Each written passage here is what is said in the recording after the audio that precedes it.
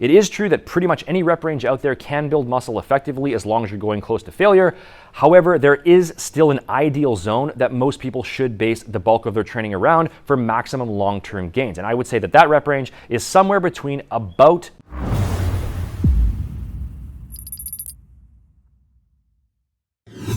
What's up guys, Sean Nalawani, RealScienceAthletics.com, and in this video today we're talking about the best rep range for muscle growth. And contrary to what a lot of the standard advice is nowadays, which is basically saying that it doesn't matter which rep range you use since they all produce the same overall muscle gains, I'm going to explain why I do think there is in fact a best rep range where most people should focus their training for optimal muscle building results. Before I get started, if you're new to the channel, make sure to hit that subscribe button below and turn on notifications as well to stay in the loop on all of my latest content. And once this video is over, don't forget to grab your free step-by-step training, nutrition, and supplementation plan from me over at seannal.com/custom. I'll link it up here as well as in the description box below.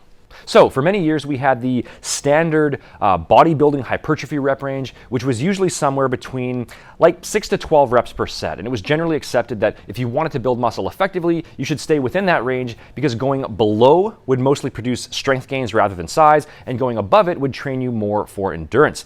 But then over the past few years, we've had more research come out that's basically debunked this whole idea of a hypertrophy rep range and has shown that essentially any number of reps, whether it's 3 reps all the way up to 30 or more, they all produce pretty much the same overall muscle gains as long as you're training within a few reps of failure. Like I talked about in my constant tension video a couple weeks ago, that is the most important factor of all, and it's the common denominator between all the different training styles out there. It's the simple fact that you train hard, get close to failure, and gradually increase the workload over time. So now when it comes to this question of how many reps to build muscle, the typical advice has kind of moved in the direction of, it doesn't really matter, and that low reps, moderate reps, and high reps are all exactly the same, so it's not a big deal which one you pick. And what I would say is that yes, okay, on a set per set basis, it does look like pretty much any rep range will build muscle effectively as long as you're going close to failure. But I also think that that viewpoint is an oversimplification, and it's too short-sighted to only look at things on a set per set basis.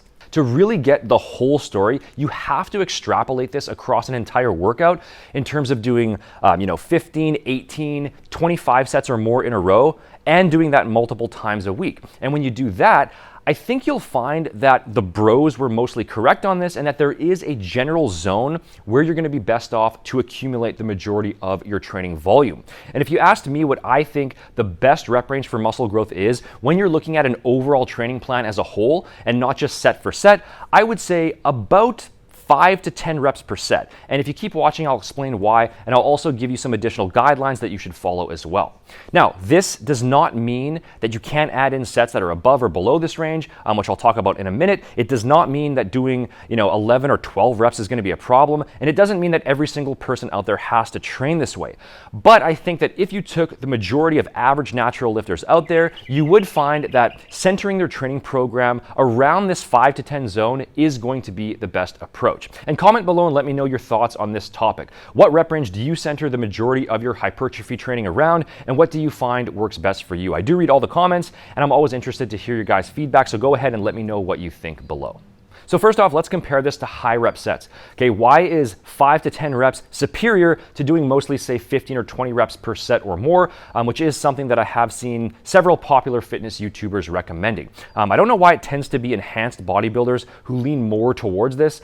You'll pretty often see those types of guys doing this high rep constant tension style training, but keep in mind that when drugs are thrown into the mix along with good genetics, it really doesn't matter what style of training someone uses as long as they train hard and they're consistent. Okay, they're going to get huge no matter what they do and no matter how they train. But in any case, why would I recommend a lower to more moderate rep range versus a high rep range for a typical natural lifter? So first off, it's just a question of efficiency. It's really important to keep in mind that it's really only the last few reps of the set where you're up close to the point of muscular failure and your muscles are being challenged right up near their maximum capacity. It's only those last few reps that actually trigger significant muscle building adaptations from your body. Okay, your body doesn't adapt and make changes unless it has a strong incentive to. And so all those easy reps leading up to the end of the set aren't going to have any real significant training effect. Once you get up around 5 reps short of failure, you'll start getting a modest response. You'll get a decent response, but definitely not optimal. I'd say around 3 reps short of failure. And then for an optimal response, you want to go anywhere from 0 to 2 reps short of failure. And for the millionth time, I think about 1 to 2 reps short of failure is a good zone to base the bulk of your training, and then mixing in some to failure sets here and there as well. So when you're doing those really high rep sets, you have to perform a lot more junk reps in order to get to those last few reps that really stimulate the meaningful growth. Now, on a set per set basis, this is not a huge deal, but when you quantify that across an entire workout or an entire week or an entire month, it does add up quite a bit. So it's just more efficient to train within that lower to more moderate rep range because the ratio of junk reps to effective reps is just a lot more favorable. Guys, if you're enjoying this video so far, please do me one small favor and hit that like button below. It really helps boost the video up so that even more people can benefit from the information. I really do appreciate the support. Now, the second issue is that with those really high rep sets, there are more, I don't know what the exact word would be, but let's call it interference factors that come into play when you're doing a high volume of them. So what I mean by that are things that occur in your body that don't contribute to muscle growth, but that can interfere to some extent with your ability to execute an optimal set and get in those really high quality, close to failure reps. For example, if you're doing really high rep sets, then your cardiovascular system is going to come more into play. Now, if your goal is to improve cardiovascular fitness and fully maximizing hypertrophy isn't your goal, then that's totally fine. Hey, you can target both goals to some extent at the same time. But if you're lifting weights with the primary goal of adding maximum muscle to your frame, you don't want your cardiovascular system to be a limiting factor. I'm obviously not saying that cardiovascular health isn't important, but it's not the goal of a hypertrophy-based weight training workout. And if you want to work on improving your cardiovascular fitness, then you can just include some dedicated cardio exercise during the week for that purpose. Now, on smaller isolation lifts, this probably is not going to be a factor. Okay, if you're doing triceps pushdowns and your lungs are burning and you're out of breath, come out. I'm burning. My lungs are burning. Then yeah, you've got some real problems that need to be addressed, and worrying about the size of your arms probably shouldn't be your top priority. But if we're talking about bigger compound movements like squats, deadlifts, bent over rows, lunges, things like that, if you're doing really high reps, then that cardiovascular stress can definitely start adding up, and it can distract you from your primary goal, which is to maximize muscle stimulation and get close to true muscular failure. On top of this, high rep sets also just last for a longer period of time, so you just have to stay focused for longer, which can be more mentally fatiguing. There's more of a chance for form breakdown because of that. They also produce more muscle burn, which is also not the goal of hypertrophy training. Again, the goal here is to get close to failure. And so the combination of that muscle burn and the longer period of time that you have to spend exerting yourself and staying mentally focused, that can also reduce the quality of your training overall as well. Personally, I find it much more effective to just give a hard, hyper-focused effort for a shorter period of time, get in those quality reps, and then rest for the next set, rather than having every set drag on and on. Higher rep sets also produce more nausea as well, especially as your workout goes on, and they also tend to make you more sore, which could also negatively impact your training performance in between any two individual sessions if you are getting excessively sore.